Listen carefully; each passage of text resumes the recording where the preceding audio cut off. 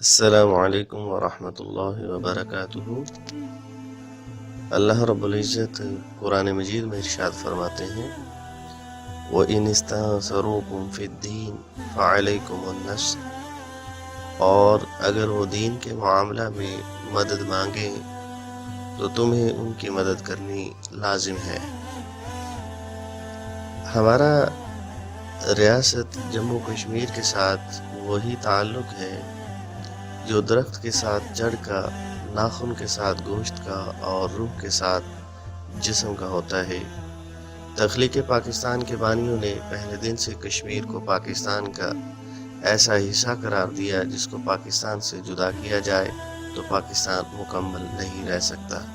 اسی وجہ سے بانی پاکستان نے کشمیر کو پاکستان کی شہر قرار دیا، کیونکہ وہ اس کی اہمیت کو سمجھتے تھے۔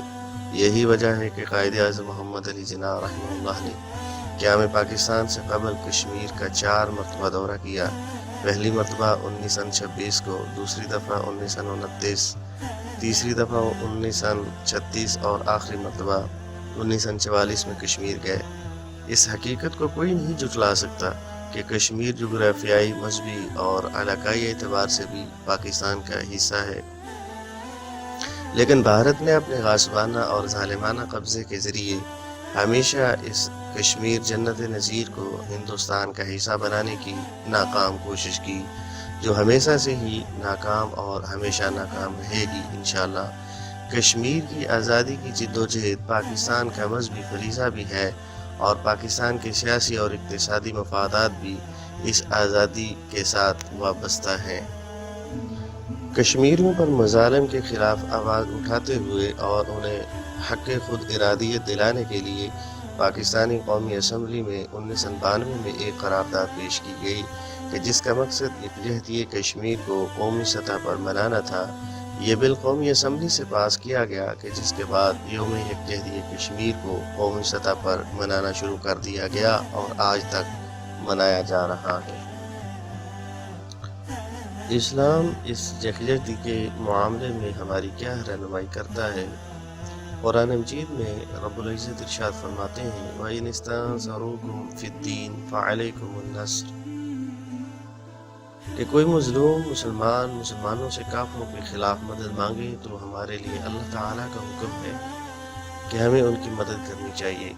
اب یہ بات بھی قابل نظر ہے کہ ہم میں سے ہر شخص کشمیر نہیں جا سکتا تو وہ ان کی مدد کیسے کر سکتا ہے؟ نبی علیہ السلام نے جہاد کی 3 قسمیں بیان فرمائی ہیں۔ سنن ابی داؤد کے اندر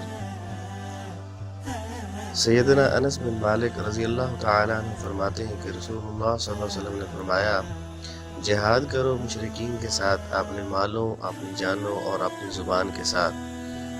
اللہ کے راستے میں اپنی جان پیش کرنا، اللہ کے راستے میں اپنا مال پیش کرنا، اور تیسرے نمبر پر اللہ کے راستے میں کفار کے خلاف اپنی زبان استعمال کر کے ہم جہاد کے اندر حصہ لے سکتے ہیں۔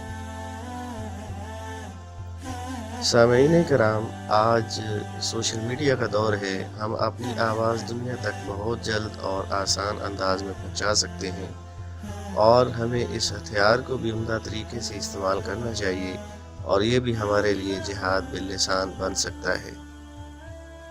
اب ہم پاکستان کی اہل کشمیر سے محبت کے متعلق بات کرتے ہیں۔ 1947 میں تقسیم ہند کے بعد پاکستان کی جانب سے ریاست کے زیر انتظام لیے گئے ایک حصے کو آزاد کشمیر کا نام دیا گیا۔ باقی ماندہ کشمیر کی آزادی کے لیے بیس کیمپ بنایا گیا۔ آج بھی آزاد کشمیر بیس کیمپ کا کردار ادا کر رہا ہے، جیسا کہ آزاد کشمیر میں درجنوں کشمیری تنظیمیں قائم ہیں جو کشمیر میں جہاد کے نام سے مزاحمت کا حصہ ہیں۔ پاکستانی حکمرانوں اور عوام کا عزم ہے کہ وہ کشمیریوں کو جائز حق دلا کر رہیں گے، کشمیری شہداء کی قربانیوں کو رائے گاہ نہیں جانے دیں گے۔ دنیا جانتی ہے کہ پاکستان ہی ہے جس نے کشمیر کے لیے اپنے سفارتی محاذ کو فعال کیا۔ مسئلہ کشمیر کے حوالے سے آج آپ بین الاقوامی سطح پر جہاں بھی نظر دوڑائیں وہاں پاکستان کا کردار واضح طور پر نظر آتا ہے۔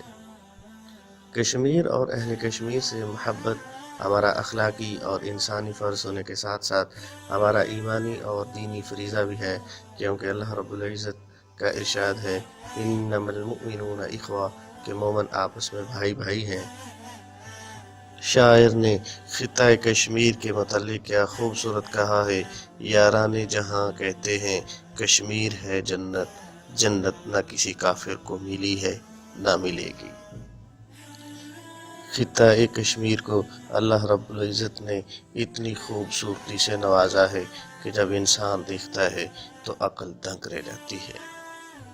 پاکستانی عوام کی کشمیریوں سے محبت کا اندازہ اس بات سے لگایا جا سکتا ہے کہ جب بھی بھارتی مظالم کا کوئی واقعہ پیش آتا ہے تو پاکستانی عوام سراپا احتجاج ہوتی ہے اور ان کے لیے ہر طرح کی قربانی دینے کے لیے تیار رہتی ہے۔ افسوس اقوام متحدہ کی ان قراردادوں پر جو صرف فائلوں کی زینت بنانے کے لیے پیش کی گئیں، جن پر آج 72 سال گزر جانے کے بعد بھی عمل درآمد نہ ہو سکا۔ 21 اپریل 1948 کو منظور کی گئی سلامتی کونسل کی قرارداد نمبر 47 اور بعد میں قرارداد نمبر 49 کے تحت کشمیر کا مسئلہ پرامن طور پر حل کروانے کے لیے ایک کمیشن کا قیام عمل میں لایا گیا، جس نے ریاست کی عوام کی امنگیں معلوم کرنے کے لیے رائے شماری کی سفارش کی، جسے تمام ارکان نے بشمول متحارب فریقین یعنی پاکستان اور بھارت بلا چون و چرا قبول کر لیا۔ کشمیری عوام کو حق خود ارادیت دیا جائے کہ جس کے مطابق وہ اپنے مستقبل کا فیصلہ کر سکیں۔ حقیقت تو یہ ہے کہ بھارت خود اس مسئلہ کو لے کر اقوام متحدہ میں گیا اور پھر خود ہی ان معاہدوں کی ایک بار نہیں آج تک خلاف ورزی کرتا آ رہا ہے۔ یکجہتی سے مراد ہر وہ طریقہ اختیار کرنا کہ جس سے اہل اسلام کی مدد اور حوصلہ افزائی ہو اور جو دشمن کے لیے تکلیف دہ اور باعث نقصان ہو، یعنی مسلمانوں کی جانی و مالی اور اخلاقی مدد کرنا اور دشمنوں سے تجارتی تعلقات ختم کرنا، ان کی فلم انڈسٹری وغیرہ کا بائیکاٹ کرنا، غرض کے ہر اس شعبے کا بائیکاٹ کرنا جس سے انہیں کچھ بھی نقصان ہوتا ہو۔ اور دوسرا ایک اہم فائدہ کہ کشمیر کا بچہ آج بھی کشمیر کو پاکستان کا حصہ ہی تسلیم کرتا ہے اور وہاں کشمیر کی آزادی کے نام پر شہادت پانے والوں کو آج بھی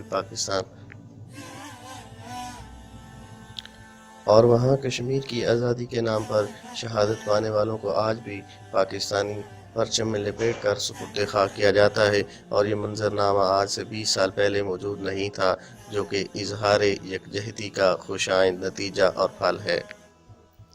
ایک دن مقرر کر کے ان سے اظہار یکجہتی کا ایک بڑا فائدہ یہ بھی ہوتا ہے کہ دوبارہ سے ہمارے ذہنوں میں ان کے لیے مدد کے جذبات تازہ ہوتے ہیں۔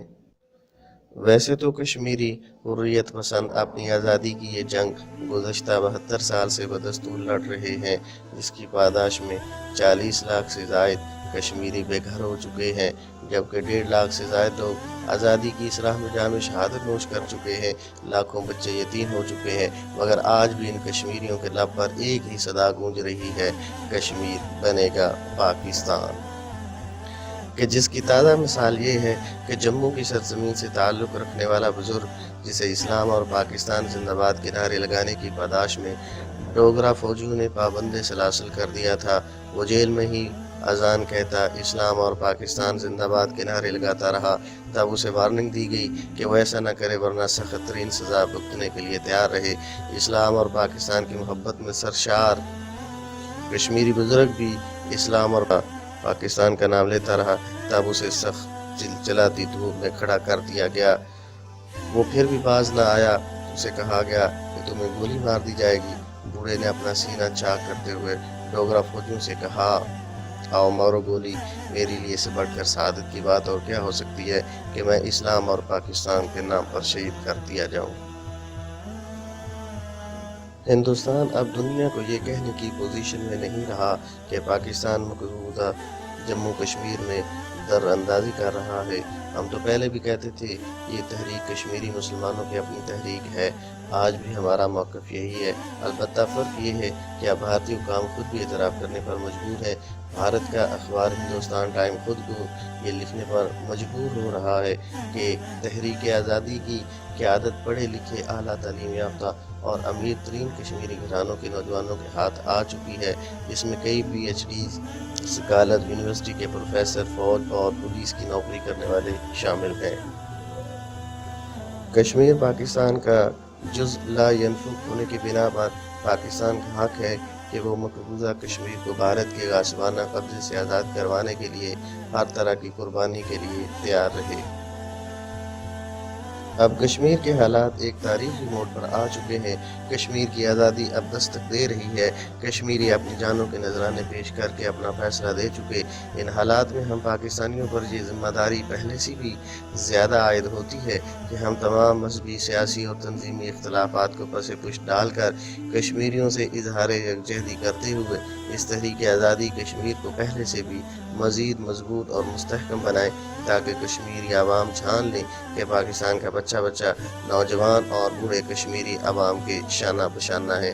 اللہ تعالیٰ سے دعا ہے اللہ تعالیٰ ہمارے مسلمان مظلوم بھائیوں کی مدد فرمائے۔ السلام علیکم ورحمۃ اللہ وبرکاتہ۔